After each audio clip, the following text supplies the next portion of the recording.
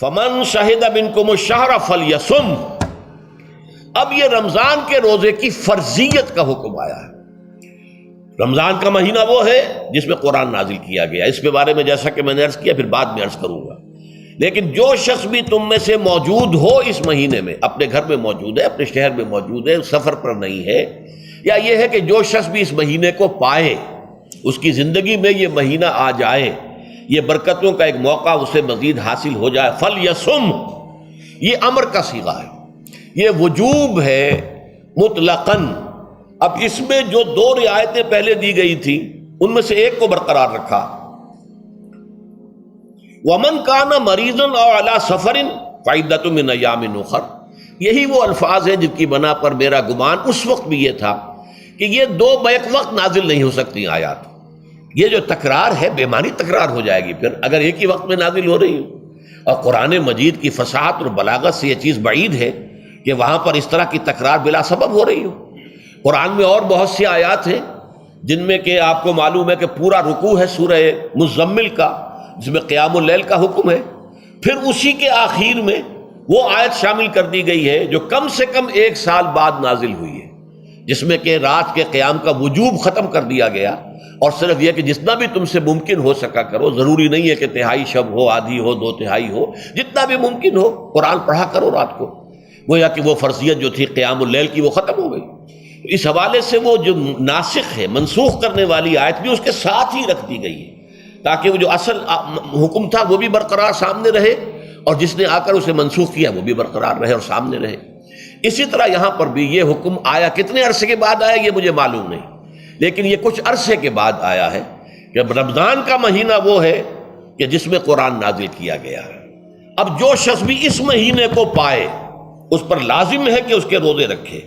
ہاں، من کان مریضاً او علی سفر، جو شخص ہو مریض، بیمار ہو یا سفر پر ہو، فعدۃ من ایام اخر، تو وہ تعداد پوری کر لے دوسرے دنوں میں۔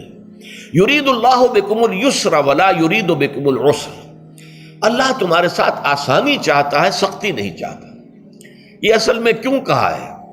اس کی وجہ سمجھ لیجئے، آج بھی آپ کو اپنے ہاں ایسے لوگ مل جائیں گے جن کا تقویٰ کا تصور اتنا غلط ہو گیا ہے کہ 104 درجے کا بخار ہے، روزہ چھوڑنے کو تیار نہیں۔ بھلے آدمیوں، اللہ نے تمہیں ایک رخصت دی ہوئی ہے تو خام خواہ اپنے اوپر یہ شدت کیوں لے رہے ہو؟ لیکن لیتے، روزہ چھوڑنے کو تیار، روزہ قضا نہیں کرو، سفر پر جا رہے ہیں اور روزہ قضا کرنے کو تیار نہیں۔ ایک موقع پر ایک غزوے کے دوران ایسا ہوا کہ کچھ لوگوں نے روزہ رکھا ہوا تھا، لیکن وہ اتنے یوں سمجھیے مزمحل ہو گئے کہ جب پڑاؤ پر پہنچے تو جن کا روزہ نہیں تھا انہوں نے تو بڑی چاق و چوبند طریقے سے خیمے نصب کیے، سارا بندوبست کیا، اور یہ جا کر بے سدھ ہو کر بے ہوش ہو کر گر پڑے۔ تو حضور نے فرمایا ان کو دیکھ کر، لیس من البر الصیام فی السفر، سفر میں روزہ رکھنا یہ کوئی نیکی کا کام نہیں ہے، یہ نیکی کا غلط تصور ہے کہ جو تم نے اپنے اختیار کر لیا، یہ تمہارے اندر تشدد پسندی پیدا ہو رہی ہے۔ دین کے احکام میں جو مقصد ہے وہ کیا ہے؟ یرید اللہ بکم الیسر ولا یرید بکم العسر۔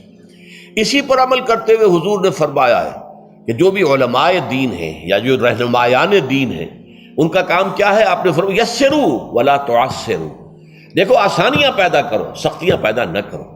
دین میں سختیاں پیدا کرنا بھی وہ اسر اور اغلال بن جاتا ہے کہ جس کو رفع کرنے کے لیے، اور جس سے لوگوں کو، یہودیوں کو اور تمام اہل کتاب کو نجات دینے کے لیے اللہ تعالیٰ نے اپنے رسول محمد صلی اللہ علیہ وسلم کو بھیجا۔ وَيَضَعُ عَنْهُمْ إِصْرَهُمْ وَالْأَغْلَالَ الَّتِي كَانَتْ عَلَيْهِمْ، کہ جہاں وہ نیکی کا حکم دیتے ہیں، بدی سے روکتے ہیں، پاکیزہ چیزوں کو حلال ٹھہراتے ہیں اور خبیث چیزوں کو، ناپاک چیزوں کو حرام قرار دیتے ہیں، وہیں وہ لوگوں کے اوپر سے وہ بوجھ بھی ختم کرتے ہیں کہ جو انہوں نے خام خواہ اپنے اوپر لاد لیے۔ تو ان میں سے یہ بھی ہے کہ یہ نیکی کا کام نہیں ہے کہ آپ سفر میں ہیں اور روزہ رکھ رہے ہیں۔ یرید اللہ بکم اليسر ولا یرید بکم العسر وَلِتُكْمِلُوا الْعِدَّةَ، لیکن یہ بات واضح رہے کہ اب تمہارے لیے تعداد کو پورا کرنا لازم ہے، یہ نہیں ہے کہ آپ اس کی جگہ پر فدیہ دے دیں تو بات پوری ہو جائے گی، نہیں۔ روزے کی تعداد، آپ کے رمضان میں 2 روزے 3 روزے چھوٹ گئے بیماری کی وجہ سے، ٹھیک ہے، لیکن دوسرے دنوں میں اس کی قضا دینی لازم ہے، وہ روزے رکھنے جو ہے آپ پر لازم ہے، ان کا کوئی بدل جو ہے وہ فدیہ نہیں ہو سکتا۔ البتہ یہ نوٹ کر لیجئے، یہ حکمت نبوی ہے کہ یہاں اگرچہ وہ فدیے کا حکم جو ہے گویا کہ بظاہر قرآن مجید کے الفاظ سے محسوس ہوتا ہے کہ مطلقاً منسوخ ہو گیا، لیکن حضور نے اس کو خاص حالتوں میں باقی رکھا ہے۔ کوئی شخص اتنا بوڑھا ہو چکا ہے یا خاتون اتنی بوڑھی ہو چکی ہے کہ دن بھر کا فاقہ جو ہے اس میں اندیشہ ہے کہ کہیں ہلاک نہ ہو جائے، کوئی مریض ہے، مرد ہے یا عورت ہے، وہ ڈائبٹیز کی مریضہ ہے، اس کو وہ شوگر کا مرض ہے